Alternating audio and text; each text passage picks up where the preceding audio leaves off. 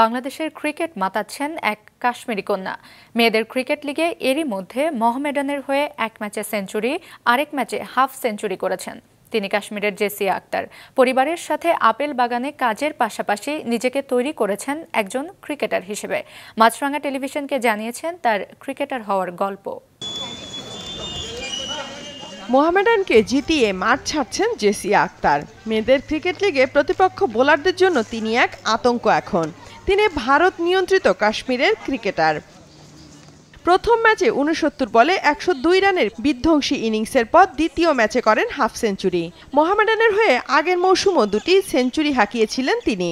২০১৭ সালে প্রথম কাশ্মীরি হিসাবে ভারতের প্রাথমিক দলে ডাক পেয়ে লাইমলাইটে এসেছিলেন এই ডানহাতি ব্যাটার, যদিও শেষ পর্যন্ত আর মাঠে নামা হয়নি। কাশ্মীরের পর রাজস্থানের মেয়েদের লিগে পিঞ্চ হিটার হিসাবে পরিচিতি পান তিনি। ২০২৩ সালে মেয়েদের আইপিএলে প্রথম কাশ্মীরি হিসাবে দিল্লি ক্যাপিটালসে সুযোগ পান জেসিয়া। সেখানেও একাদশী সুযোগ হয়নি এই টপ অর্ডার ব্যাটারের। কাশ্মীরের নারী ক্রিকেটে পরিবর্তনের কথা জানালেন বর্তমানে ৩৫ বছর বয়সী জেসিয়া। জম্মু কাশ্মীর মে বহুত মুশকিল হতা হ্যায়। ২০১১-১২তে আমি যখন শুরু করি তখন জম্মু কাশ্মীরে ক্রিকেট খেলাটা খুব কঠিন ছিল। ধীরে ধীরে বদলাতে থাকে। মিঠুন স্যার ও একজন ব্রিগেডিয়ার ওখানকার ক্রিকেট অ্যাসোসিয়েশন চালায়। ওনারা নিয়মিত খেলার ব্যবস্থা করছেন। এখন অনেক মেয়ে উঠে আসছে, নিয়মিত এনসিএতে খেলে উচ্চ পর্যায়ে ক্যাম্প করে। বিশেষ করে আমি যখন বিভিন্ন জায়গায় সুযোগ পাই, আমাকে নিয়ে নিউজ হয়, তখন অনেক মা বাবাও উৎসাহিত হতে শুরু করেন। তার বাবা আপেল চাষ করেন। ৩ বোন আর 2 ভাইয়ের মধ্যে সবার বড় জেসিয়া। আপেল বাগানে বাবার সঙ্গে সব ভাই বোনই কাজ করেন। সেই বাগানের পাশে মাঠে ছেলেদের খেলা দেখে ক্রিকেটের প্রতি ভালোবাসা তৈরি হয় জেসিয়ার। কৈশোরে নিজেও নেমে পড়েন ব্যাট হাতে।